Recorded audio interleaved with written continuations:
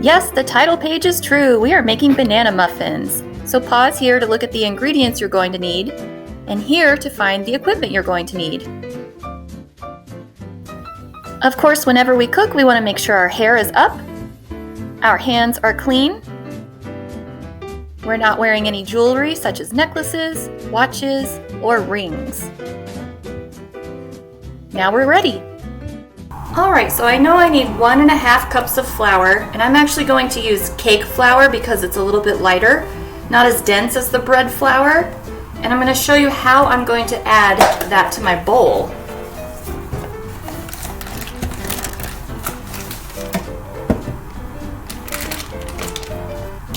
So you may have traditionally seen people just kind of use this cup measure and scoop out what they need. But you're going to pack the flour if you do it that way. So instead, we're going to scoop it in there using a spoon.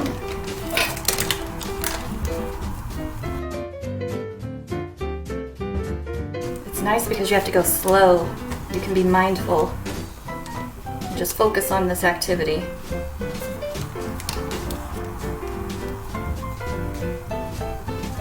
I'll fill up the 1/2 cup as well. And it's okay if you make a mess.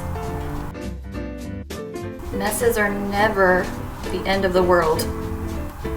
Okay, so now you have those filled, you want to level them off. So over the bag, I'm actually going to get a butter knife. They make special tools for scraping, but this does multiple things. It's not a one-trick pony. So I'm going to just scrape it back into the bag as best I can. Again, messes don't matter. So this is going to go into the bowl, and I'll do the same thing with the 1/2 cup. Just kind of scrape it back into the bag as much as I can, and then into the bowl. All right. Now this next little tip is also going to make a difference. It's going to make the ingredients a little bit lighter, but you can skip this step if you don't want to do it. This is a flour sifter. So I'm going to pour the flour into it, a little at a time. And then you just kind of crank this handle here. And it just helps break up the flour. So like I said, it'll be a little bit looser.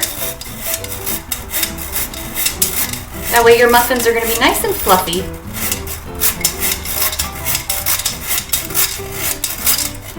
And you can kind of see at the bottom there's little beads of flour. And that is why we run them through the sifter, because those beads can get broken up by the little spinning wheel that's in there. So we'll do the other bit. Actually, let's look at the difference. So this is unsifted, this is sifted. This one looks a lot smoother. It almost looks like powdered sugar. This one's a little bit lumpier. I'm going to sift the rest of it. And that's okay if it's not perfect. All right, that's all. So this is perfectly sifted. Next, we will move on to the baking powder. So what is baking powder? Well, baking powder actually has baking soda in it, but baking soda is only one ingredient. So baking soda on its own needs something like buttermilk or yogurt or vinegar or something to activate it, whereas baking powder already has that acid in it to help leaven the bread that you're putting it in. So instead of using yeast, baking powder and baking soda will help make breads rise, and we're traditionally using them in cakes because they don't have that yeasty consistency like bread does. So baking powder, double acting, ready to go. We need 1.5 teaspoons. Very important that you don't use a tablespoon by mistake. So 1.5 teaspoons is going to look like this. You can see it says 1 TSP. And this one says 1/2 TSP, or half TSP. So when it says half, that bottom number tells us how many times to scoop this to equal 1 full teaspoon. So if it says 1/2, I scoop it 2 times and I'll get a full teaspoon. All right, here we go. Scoop in the baking powder. So unlike the flour, we don't have to sift this or scoop it out with a spoon. We can just go right in with our measuring spoon. Shake it so that it's level on top. Make sure it's filled all the way to the top. And then it goes in our bowl. So we're doing the dry ingredients together first, and then we'll do the wet ingredients in a separate bowl. So next we just need a 1/4 teaspoon. It's 1/4, let's see if you can see that. 1/4. You can think of that little slanted line in between the 1 and the 4 as meaning out of. So this is 1 portion out of 4 that equals 1 teaspoon. So if I scoop this 4 times, it will equal 1 teaspoon. So we don't need a whole lot of salt for this recipe because it's a sweet bread. So we're just gonna put a little into the 1/4 teaspoon. And it's called a quarter just because, like money, you can think of 1/4 of a dollar is 1/4. This is a 1/4 of a teaspoon. I'm gonna shake it a little bit just to lose some on the top so that it's even. And it goes in our bowl as well. Now at this point, all of our dry ingredients are in one bowl. I'm just gonna fluff them together using this rubber spatula. So now I'm just folding together the flour, the baking powder, and the salt till they're evenly blended. And then we're going to put our wet ingredients in the wet ingredient bowl. Now because I'm using flour that does have gluten in it, sugar is actually going to be in the wet ingredients bowl. And that's because sugar inhibits gluten formation. So gluten is the protein that holds the bread together. And if I were to put the sugar in with the dry mix, I would have to be mixing a really long time to make sure that all my ingredients were able to expand like they need to, because I want nice fluffy muffins, not little squished hard muffins. So the sugar is going in the wet ingredients bowl. If you're using a non-gluten flour, gluten-free flour, some might say, then you don't have to worry, the sugar can go in with the flour. But this does have gluten, so hence why it's going in the other bowl. So we need 3/4 cups of sugar. So you'll notice there are no 3/4 cups in your measuring cups. What you have instead is a 1/4 cup measurer. So it'll say 1/4, which means a quarter. Just like I said, a 1/4 out of a dollar is 1/4. So this cup is called a 1/4 cup. So we're gonna just scoop it right into the sugar. Flour is really the only one that you have to kind of spoon out so that it doesn't get compacted, but sugar, you can go right in. So I went in, I'm gonna shake it a little bit. There's a big old chunk on the top. Take that out. So just make sure it's filled all the way to the top, and then it goes in your wet ingredient bowl. So that was 1/4, but we need 3/4. So I have to fill this up 2 more times. If I fill this 1/4 cup 3 times, it'll be 3/4. So 1,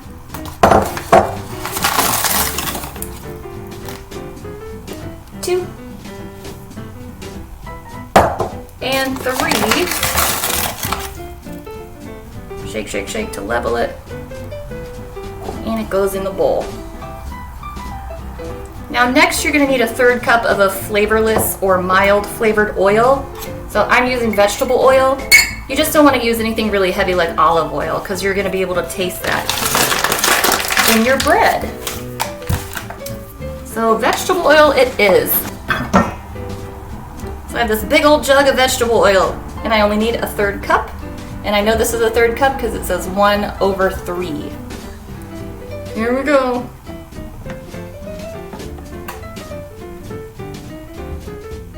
All right. You know what would make this easier? Because this is a liquid, I don't want to spill it everywhere. It's actually a better way to measure liquids.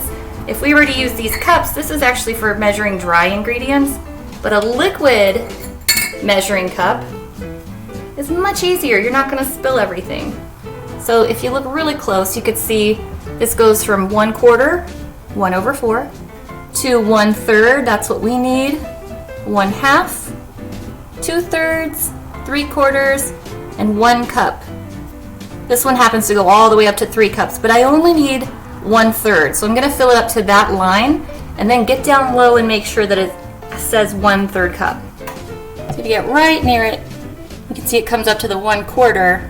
I'm just gonna add a touch more to make it 1/3. So just a little drop.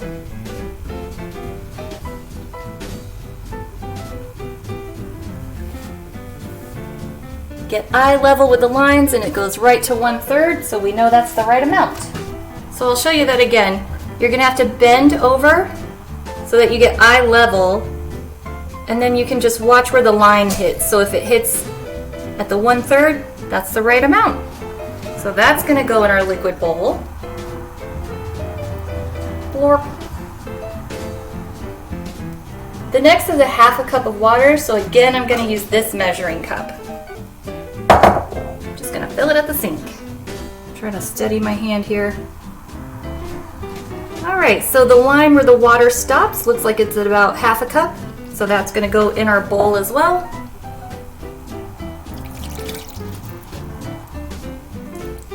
And then we need, before we put our bananas in, we're actually gonna put in just a little bit of vanilla extract, just to give it that yummy vanilla flavor.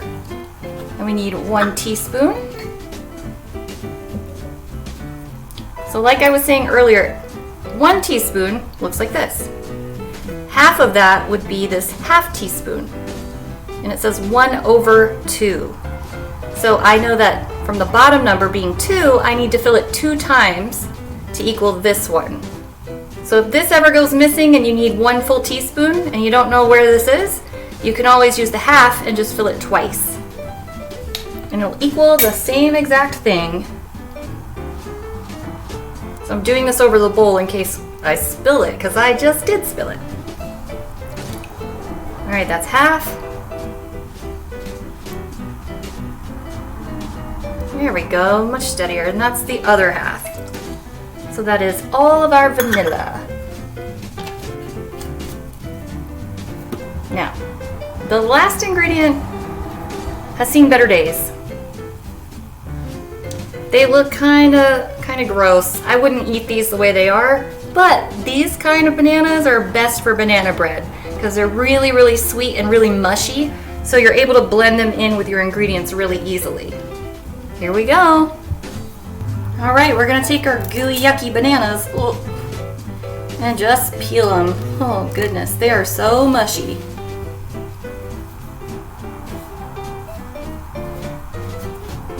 There's a phrase though that says waste not, want not, so to make use of everything. So even though the banana doesn't look like it's good for anything else anymore, it's always good for banana bread.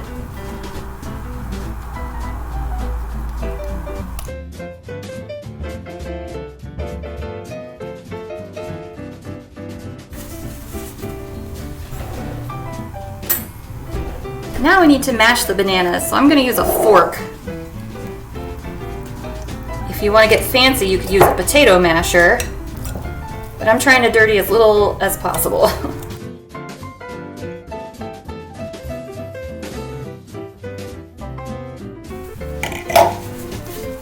Ta-da! So another optional piece of equipment, if you've got it, is this little hand mixer. I'm just going to use it to break down the bananas just a little bit more, and then when I add the bananas to the dry ingredients, I'm going to keep this on a low setting to blend them. The mixer is terribly loud, so for sensory reasons, I'm muting it. Okay.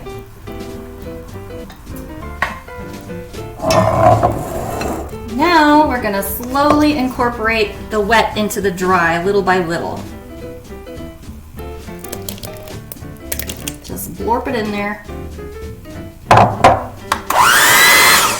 Lowest setting is still pretty high.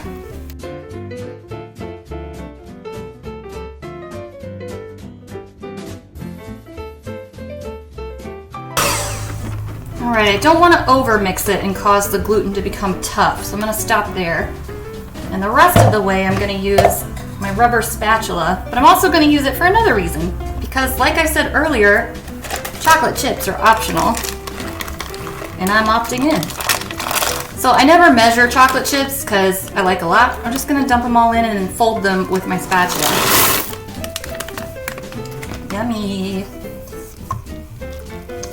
So folding is kind of just what it sounds like. You're digging all the way to the bottom, bringing that on top, and then folding it over the other ingredients. Let's go all the way down to the bottom, lift it up, and fold. Down to the bottom, lift up, fold. Looking good. So now that everything is blended, we're gonna prep our muffin tin. I'm gonna use spray pan, just so that my muffins don't stick to the bottom. So I'm gonna coat the entire cup. And then using my smallest measuring cup, the quarter cup, I'm gonna dip out some of the recipe and put it into the cups. So you always wanna fill your cups about halfway up because they are gonna rise. Unless you're using gluten-free flour, in which case they might not have that same kind of rise because, again, it doesn't have the gluten protein in there to bond it together. But if you are using a flour with gluten, just fill the cups up halfway. If no gluten, you can go a little higher.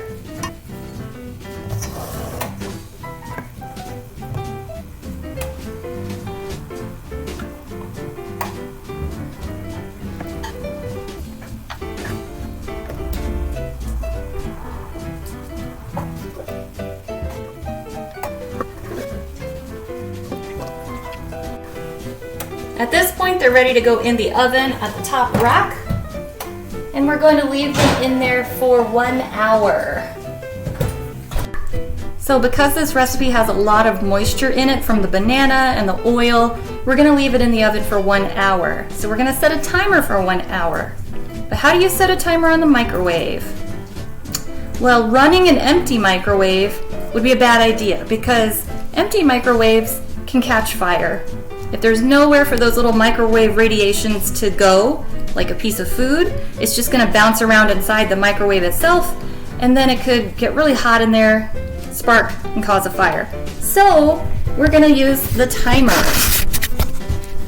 Let's see if you can see that. So I have a lot of options here. I'm gonna click on the one that says timer. And then I can't just put 1, 0, 0 because that means 1 minute. So instead, what I need to do is press timer 6, 0, 0, 0, start. And now I know that my timer is set for 1 hour. All right, it's time for them to come out of the oven, and we're just gonna check to see if they're done. So I'm gonna use a chopstick, poke it right in the middle. If it comes off clean, we know they're cooked all the way through. Okay, we know they're cooked all the way through, but now we're gonna look inside. Oh boy. Ooh. Chocolatey. Oh man. Really good. So, if you make any, and if you jazz it up with other things like nuts or cinnamon sugar or anything else, let me know. I would love to see. All right, bye.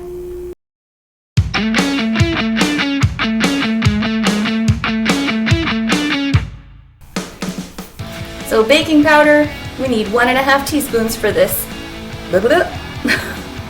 Come on, brain. No, it's 5:30. Okay. And let's check to see if they're done. I'm gonna use a chopstick and just poke it right in the middle. So our baking powder is ready to go in our bread mix. Next, you need 1/3 cup. Wrong. Now, because I am making a bread with gluten flour, nope. Poke this one. Again. Oh, there we go. Woo. There's actually a better way to measure liquids, and it's with a conveniently known 1/3 cup measure. Kitty, what are you doing? I'm going to use the 1/3 cup measurer to spoon in the... Why can't I talk? She got on the ceiling. Okay. The next is a half a cup of water, so I'm going to use this again. 1 1/3, 1 2/3, all the way up to 2 cups, which is also known as a pint. So I want 1/3 cup.